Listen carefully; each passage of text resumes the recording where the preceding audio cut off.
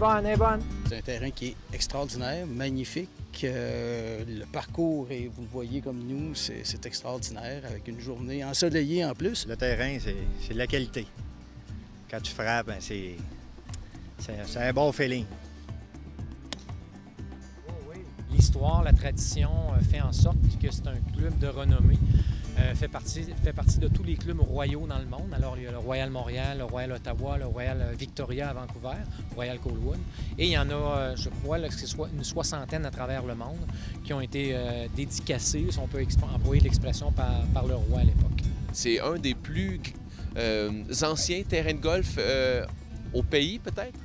Définitivement, je dirais même en Amérique du Nord. Alors, ça a commencé sur les plaines d'Abraham, sur les Caulfields, qu'ils appelaient à l'époque, alors en 1874, et ça coïncide cette année, en 2014, à notre 140e anniversaire.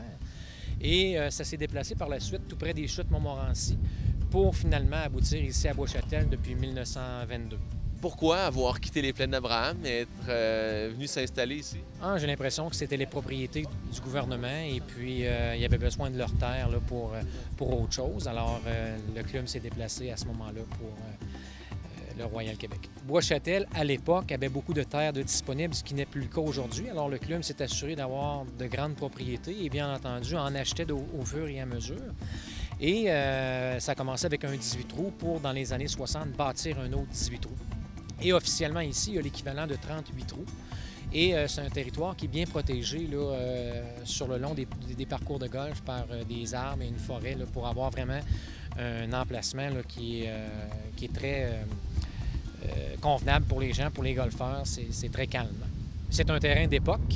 Alors, c'est pas un terrain qui est, on va dire, extrêmement difficile. Il offre quand même un très beau défi. Je dirais que la particularité, c'est les conditions de jeu. Alors, d'année en année, le Royal Québec offre de bonnes installations, comme je l'ai mentionné tout à l'heure, mais particulièrement avec des infrastructures de premier plan à tous les niveaux. Alors, autant au niveau des parcours de golf que du terrain d'exercice, les bâtiments. Alors, c'est un terrain de premier choix pour les gens de la région de Québec. Le fait qu'il soit aussi vieux doit ajouter à son cachet. Je parle notamment de la nature, des arbres, de la végétation et tout. Voilà. Alors, on cible bien. C'est des arbres matures, c'est du nettoyage de sous-bois. C'est les particularités qu'on retrouve des vieux parcours de golf et c'est ce qui fait l'intérêt là, pour notre clientèle. Ce qui impressionne davantage les gens lorsqu'ils arrivent ici dans le stationnement, c'est les bâtiments. Et je dirais que c'est peut-être le premier coup d'œil, bien entendu, qu'ils ont et c'est ce qu'ils retiennent aussi. Et il va de soi qu'il y a d'excellents points de vue sur les parcours. Un des beaux points de vue, c'est à notre arrivée ici au 18 du Québec. On voit en arrière-plan pour le troisième coup ou le deuxième pour les meilleurs golfeurs. Le bâtiment en arrière-plan, ce qui est une vue là, imprenable. Et de la terrasse qu'on a aussi, on a une magnifique vue sur la ville de Québec, là, ce qui est très intéressant pour notre clientèle.